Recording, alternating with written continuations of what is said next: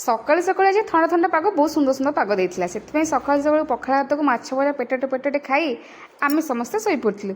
ହଠାତ୍ କିନା 2:30ରେ ବାପାଙ୍କର ଫୋନ୍ ଆସିଥିଲା, ଝିଅ ଜଲ୍ଦି ବାହାର ଭୋଜି ଖାଇଯିବା। ଭୋଜି କଥା ଶୁଣି ମୁଁ ସିଧା ଦୌଡ଼ିଛି ମୋ ନାନୀ ପାଖକୁ। ନାନୀ ବାପା ଫୋନ୍ କରିଥିଲେ ଜଲ୍ଦି ବାହାରେ ଭୋଜି ଖାଇଯିବା।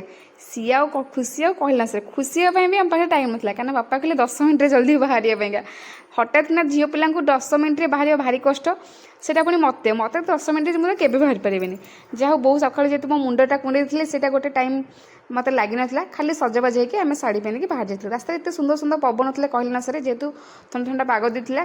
ସୁନ୍ଦର ସୁନ୍ଦର ରାସ୍ତା ଦେଖି ତାଙ୍କ ଦୁଆର ମୁହଁରେ ପହଞ୍ଚି ଯାଇଥିଲୁ। ସେଠି ପହଞ୍ଚିଲା ପରେ ବହୁତ ସୁନ୍ଦର ସୁନ୍ଦର ହେଲା, ସବୁ ସଜବାଜ ହେଇକି ଥୁଆ ହେଇଥିଲେ, ସମସ୍ତେ ବହୁତ ସୁନ୍ଦର ଦେଖାଯାଉଥିଲେ। ତା ସହିତ ତାଙ୍କ ଦୁଆର ମୁହଁରେ ଶଙ୍ଖ ଆଉ ହୁଳହୁଳିରେ ପୁରା କମ୍ପୁଥିଲା, କାରଣ ତାଙ୍କର ଆଜି ନିର୍ବନ୍ଧ ଯେହେତୁ ହେଇଥିଲା। ଆମେ ପୁଅ ଘର ପଟେ ଯାଇଥିଲୁ ଝିଅ ଘରକୁ। ସେଠି ପହଞ୍ଚିଲା ପରେ ସେ ଆମକୁ ଥଣ୍ଡା ଦେଇଥିଲେ, ସମସ୍ତଙ୍କୁ କଳା ଧଳା ନାଲି ନେଳି ସବୁ ପ୍ରକାର ଥଣ୍ଡା ଦେଇଥିଲେ। ଥଣ୍ଡା ପଇକି ବରା ଆଳୁଚପ ସିଙ୍ଗଡ଼ା ରସଗୋଲା ସବୁ ପେଟେ ନାଦିକି ଆମେ ବସିଥିଲୁ।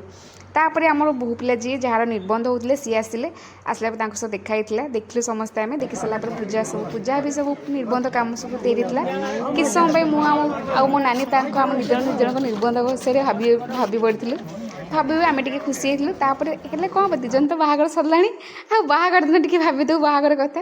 ଏମିତି ଭାବୁ କାରଣ ଭୋଜି ଆସି ପହଞ୍ଚିଥିଲା। ଭାତ ଡାଲି ଖଟା କ୍ଷୀରି ପାମ୍ପଡ଼ ମାଛ ଘାଣ୍ଟ ଖାଇକିନା ତାଙ୍କ ଛାତ ଉପରେ ଥିଲା ଗୋଲାପ ଗଛକୁ ଧରିକି ଘରକୁ ନେଇକି ପଳେଇ ଆସିଥିଲୁ। ଭିଡ଼ିଓଟି ଭଲ ଲାଗିଲା ଲାଇକ୍ କରିବେ। ଜୟ ଜଗନ୍ନାଥ।